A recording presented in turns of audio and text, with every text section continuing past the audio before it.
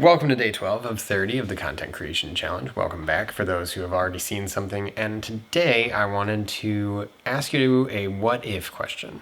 What if we learned fear differently? Here's what I mean. So earlier today, we were outside in the backyard having a little bonfire, and our 2-year-old was running around the pool with a little plastic car that she was pushing around. Now, this plastic car is no bigger than her knees, so she's hunched over very far. And she decided that she wanted to run on the recently rained on cement and go as fast as she could with this little plastic car. Now, as kids do, she decided to run a little bit faster than what she could actually handle, and all of a sudden slipped off the car and almost face planted into the concrete. She caught herself, which meant that all the adults in the room were all sitting there breathing a little bit easier. But she immediately turned around and looked at us. Now, this is not a new thing. She has been doing this pretty much since she was born to figure out if she should actually be afraid of a different situation or not.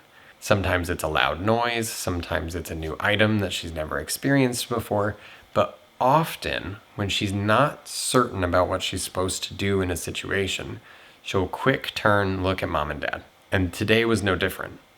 But today she was double checking to see if she was supposed to be upset, if she was supposed to be hurt, if she was supposed to be afraid of what just happened. Her mom and I have figured out a unique art of just holding in all of our emotions until we see what she does and reacts to, instead of trying to tell our daughter with our faces that something's wrong.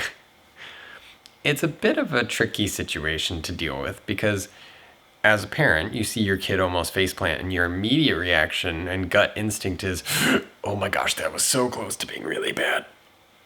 But you're not allowed to show that, because if you show that it was almost really bad, she's going to freak out. And then she's going to cry and she's going to fall apart and everything's going to be bad, all because it could have been bad, not because it actually was. So my question of what if we learned fear differently stems from this idea that she constantly looks at the people she trusts the most to determine whether she is supposed to be afraid of something or not. And I'd like to pose that for us as Christians. What if we looked at God the same way that my 2-year-old looks at me in a scary situation? So for my daughter, when she runs into one of these things that she doesn't know what to do about and she looks at me, oftentimes it's as simple as me just looking back at her and saying, whoa, what a big sound. And then she's fine. She goes about her day, goes to play, run around, do whatever, but she's okay. Because when she looked at me, she knew that whatever I was hearing, that same thing that she thought might be a scary thing, is actually totally fine. And we're good. We move on. But I know for me personally, and I suspect a lot of others, when we deal with things in our life, we don't often turn and look at God to determine how we react. Instead, we react and then look at God later and say, oh, please be with us. Please help us. Please save us from this.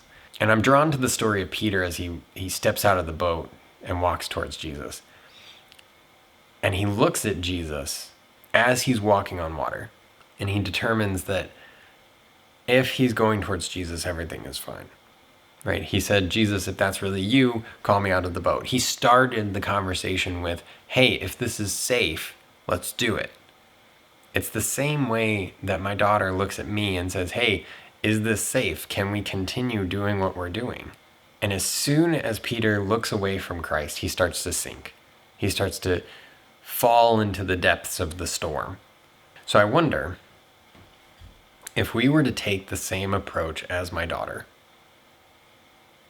When something happens, whether it be scary or new or difficult, we just immediately flash a quick look at our Father. How would our lives change? And how would we continue forward differently, knowing how he sees things, knowing how he reacts to things? Because there's no big sound, there's no scary object, that when we look at God, He's going to be trembling in a corner. He's always going to be ready for whatever's coming, whatever thing might be crossing our path. So wouldn't that indicate that we don't have anything to fear? And if it's so easy for my 2-year-old to figure that out, I wonder why it's so difficult for us. Maybe it's because we've learned more. Maybe because we've found out that some of those scary sounds are dangerous. Whatever the case, what would change if we actually chose to look at God first and then follow His example in reacting to whatever comes in our path? So what if we learned fear differently? Or potentially better, what if we never really learned fear at all? We simply learned to react to everyday situations the way that God would every time. Food for thought.